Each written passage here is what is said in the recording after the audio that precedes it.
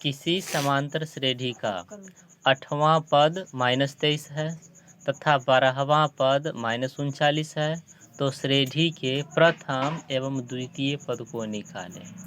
इसको निकालने के लिए जो दिया है उसको लिखते हैं। 8वां पद, तो लिख दीजिए 8वां पद कितना दिया है, तो 8वां पद का मान -23 दिया है, ये लिखें।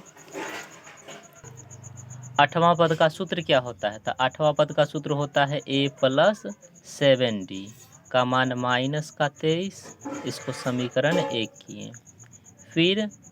फिर क्या दिया है, 12वां पद, 12वां पद का मान कितना है, -39।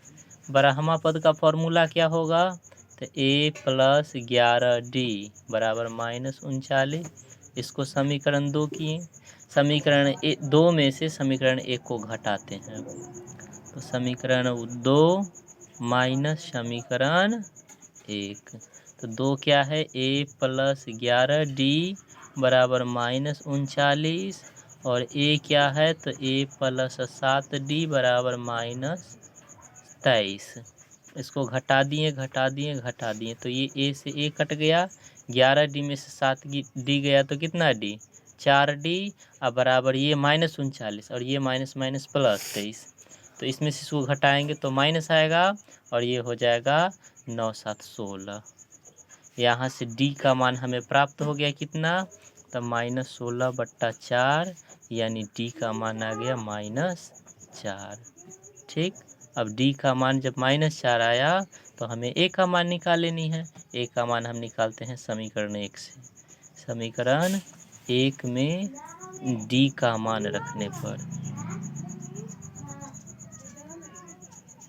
एक क्या है, a + 7d बराबर -23। a का मान पता नहीं, ये 7 और d का मान है -4 = -23। यहाँ से a -28, ये गुना हुआ बराबर -23। यहाँ से a का मान आ गई ये -23, ऐसे ही माइनस से इधर आया तो प्लस में 28, मतलब a का मान 28 में से 23 गया तो 5 आया। यानी हमको कहा था प्रश्न में कि प्रथम एवं द्वितीय पद निकाले, तो प्रथम पद तो अभी आ गया, ये हो गया एक आंसर। अब द्वितीय पद का सूत्र कथी होता है, द्वितीय पद का फॉर्मूला होता है a + d। a का मान आया है कितना, 5, और d के मान कितना आया है, -4, तो लिख देते हैं -4। अब 5 में से 4 घटा तो 1, ये हो गया द्वितीय पद का आंसर। Thank you. चैनल को सब्सक्राइब करें और शेयर करें।